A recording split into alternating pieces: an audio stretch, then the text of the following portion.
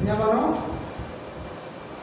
पाठ 6 हिंदी रहीम के दोहे। आप गद्य पढ़ते पढ़ते पद्य की ओर आ गए हैं और जब भी पद्य की श्रृंखला आती है तो वीडियो की आवश्यकता हमें खुद महसूस होता है। आज जो प्रकरण हमारा है रहीम के दोहे, पहले हम रहीम के बारे में जान लें कि वास्तव में रहीम देखो, रहीम का नाम शार्ट कर दिया है, संक्षिप्त नाम है रहीम। इनका पूरा नाम है अब्दुल रहीम खान खाना। ये वास्तव में अकबर के सेनापति थे और बैरम खान के पिता का नाम था, जो अकबर के दरबार में उनके व्यक्तिगत सुरक्षा कवच थे और उन्हीं के पुत्र हैं ये अब्दुल रहीम खान खाना। तो उनके पिताजी भी साहित्य से बड़ा प्रेम रखते थे। इनकी जो सौतेली माँ थी वह भी कवित्री थी और साहित्यिक पकड़ उतनी अच्छी तो नहीं थी, लेकिन साहित्य के प्रति उनका रुझान और प्रेम अधिकतर देखने को मिलता है। इन्होंने आईने अकबरी में जो अपनी प्रतिभा दिखाई है और कविता में जो अपना इन्होंने विचार व्यक्त किया है, इससे स्पष्ट हो जाता है कि जितना ही युद्ध क्षेत्र में कुशल थे उतने ही साहित्य में भी बहुत अच्छी पकड़ रहीम जी की थी।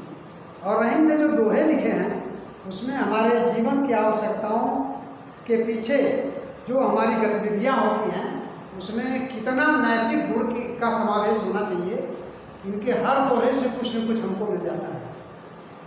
हम चलते हैं इनके दोहे की तरफ। पहला दोहा है, एक साधे सब सधे आ सब साधे सब जाय, रहीमन मूल ही सींचिबो फूल ही फल ही अघाय। बहुत अच्छी बात रहीम जी ने कहा। इन्होंने कहा कि एक साधे सब सधे। एक को अगर आप साध लेते हैं, एक की समस्या का समाधान कर लेते हैं तो उसके इर्द गिर्द घूमने वाली सारी समस्याओं का हल निकल जाता है। कैसे? इन्होंने उदाहरण दिया, रहीमन मूल ही सींचिबो। अहमदास जी कहते हैं मूल को, जिस प्रकार पौधे के मूल को हम पानी देते हैं, सींचते हैं और पूरा पेड़, पूरा वृक्ष, पूरा पौधा विकसित होता चला जाता है अपने आप।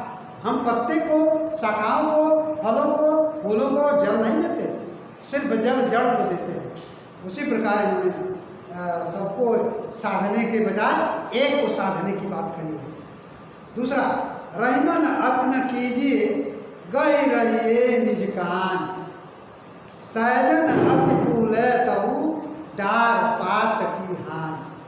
यहाँ भी देखिए रहीमदास जी कहते हैं किसी का अति न कीजिए। हम सब भी अपने व्यवहार में बहुत अति कर देते हैं। बोलते हैं तो अधिकाधिक बोलते चले जाते हैं, खाते हैं तो अधिकाधिक खाते चले जाते हैं, भूखा रहना होता है तो अधिकाधिक भूख भी हम बर्दाश्त करते हैं। अब किसी का भी ठीक नहीं है। यही बात रहीम जी ने कहा, संकेत किया कि रहीमदास जी कहते हैं अति न कीजिए, बहुत अधिकता मत कीजिए, गए रहिए निज कान, अपने सीमा के अंदर ही रहिए। जितना आपका पड़ाव है, जो सीमा है, जो दायरा है, उसके अंदर ही रहिए। कैसे?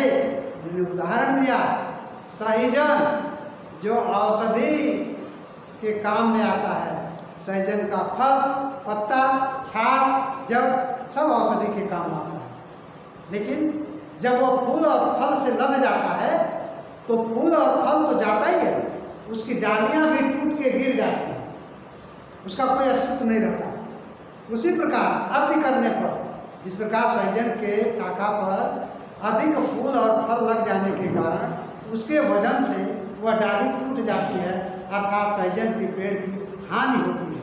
उसी प्रकार मनुष्य को भी अति नहीं करना चाहिए, अपने सीमा के अंदर ही व्यवहार करना चाहिए, रहना चाहिए। अगला, जल ही मिलाए रहीम जो।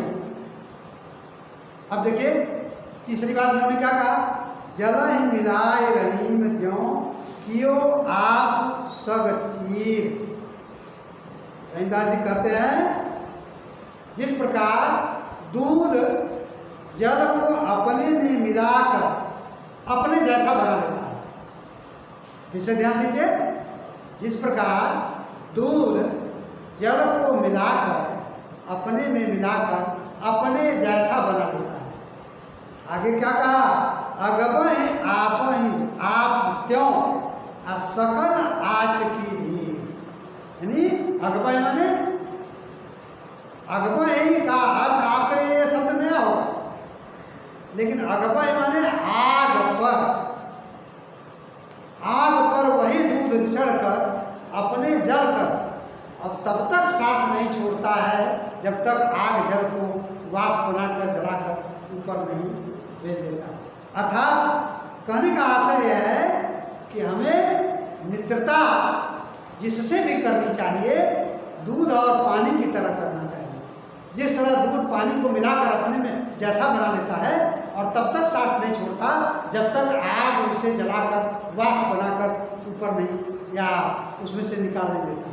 मित्र ऐसा चलता। आगे क्या कहा, संतत संपत्ति जान की, संतत संपत्ति जान के सबको सब कुछ दे। दीन बंधु बिन दीन की कौरही में सुध ले। रहीमदास जी कहते हैं संतत यानी जो हमें वसीयत में मिला है, बाप दादे की जायदाद जो मिली है वह हम अपनी संपत्ति समझ कर सब कुछ दूसरे को दे देते हैं। दीन बंधु बिन दीन की। और उसी तरह रहीम ने कहा, ध्यान दिलाया कि हम दीन बंधु कब होंगे, जब दीन के लिए होंगे तब दीन बंधु होंगे। कौरही सुध ले, कहा दीनों की सुध लेने वाला ही दीन बंधु होता है। दीन माने गरीब दुखिया, जो समस्याग्रस्त है, जो अभावग्रस्त जीवन जीता है, वही दीन है। दीन बंधु दीनों की सुध लेने वाला ही कहा जाता है, सब दीन बंधु नहीं कहा जाता।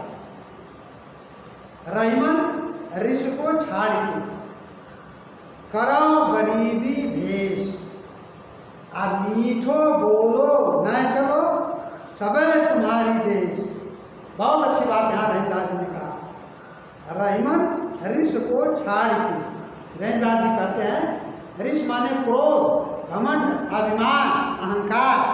रहीमदास जी कहते हैं ऋष रूपी अहंकार क्रोध को छोड़कर गरीबी में धारण करो। यहाँ गरीबी माने धन से हीन नहीं, यहाँ रहीम का आशय है गरीबी का कि हमें नम्र रहना चाहिए, अपने को दुर्बल मान के चलना चाहिए, सबल मानकर अहंकार करने वाला नहीं बनना चाहिए। मीठो बोलो, हम ऐसा करके क्या करेंगे, आगे कहा मीठो बोलो, लोगों से मीठी वाणी में बोलिए। नए चलो, हमेशा विनम्र होके दूसरे के सामने रहो। आज सबे तुम्हारी देश, तब तुम्हें अनुभूति होगी कि यह पूरा देश हमारा है और हम इस देश के हैं। आगे बिगड़ी बात बने नहीं लाख करो किन कोई। इसे देखिए, बिगड़ी बात बने नहीं लाख करो किन कोई। रहीमन फाटे दूध को मथे न माखन हो। रहीमदास जी कहते हैं जब बात एक बार बिगड़ जाती है तो बनाने से वो दोबारा फिर बनती नहीं। कैसे? जैसे दूध एक बार अगर फट गया तो उस फटे हुए दूध को पुनः दूध नहीं बनाया जा सकता। बहुत सही बताया। आगे देखिए, रहीमन आलस भजन में विषय सुख ही लपटाए।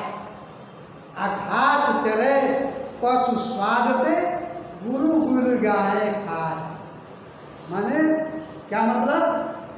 रहीमदास जी कहते हैं भजन में आलस्य को त्याग दो, भजन में कोई आलस्य मत करो, और सुख के विषय में फंस कर या सुख जब भगवान देते हैं तो उसमें फंस कर आलस्य करके भजन मत करो। अर्थात भजन के लिए आलस्य मत करो। घास चरे पशु स्वाद के। पशु घास चरते हैं स्वाद के लिए, गुरु गुल गाय खा। गुरु गुल गाय माने जो उसका तत्व है, जो महत्व है, जो भक्ति है, वह अपने आप को खा लेता है। उसका तत्व उसके पेट में अपने आप चला जाता है। तो कहने का मतलब वह स्वाद तो लेता है, लेकिन उसके स्वाद लेने में ही जो उसका प्रमुख तत्व है वह अपने आप चला जाता है। तो अगर पशु आलस्य करने लगे घास चरने में, स्वाद लेने में, तो वह तत्व तो उनके पेट में कैसे जाएगा। आगे देखिए, जो बड़े न को लघु कहे नहीं रही न घट जाए। रहीमदास जी कहते हैं जो बड़े लोगों को, प्रतिष्ठित सम्मानित लोगों को छोटा कहे, उससे उसका मान सम्मान घट नहीं जाता। मान लीजिए आप ही बहुत बड़े आदमी हैं, आपको किसी ने छोटा कह दिया, तो आपका इससे मान सम्मान घटने बढ़ने वाला नहीं है, घट नहीं जाएगा। उदाहरण दिया रहीमदास जी ने, कैसा उदाहरण भाई? गिरधर मुरलीधर कहे।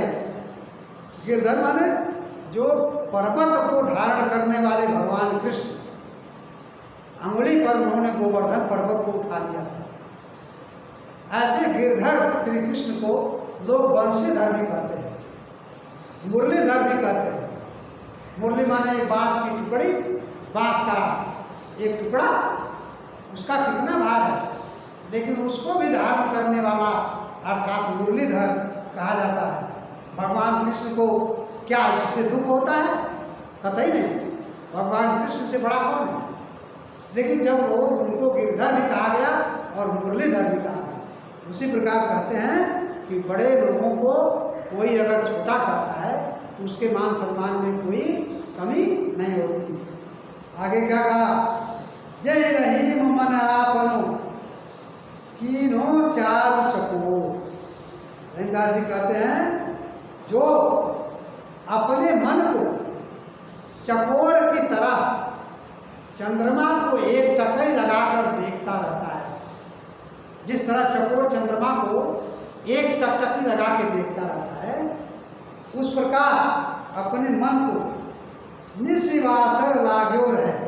कहा ऋषि निशिवासर, रात और दिन, निशा माने रात, वासर माने दिन, दिन और रात अपने मन को चकोर की तरह भगवान श्री कृष्ण की ओर लगाए रखो। यही सबसे सच्चा भजन है। इन्हीं भगवान की भक्ति के लिए इन्होंने इस दोहे को बहुत सार्वभृत दोहा इन्होंने प्रस्तुत किया है। जय हिंद। अब अगला जो शेष 4, 5, 6 दोहा जो भी है बचा, वो अगले पार्ट में हम आपको इसका भावार्थ बता देंगे। आप इसका भावार्थ लिखेंगे अपनी कॉपी पर। धन्यवाद।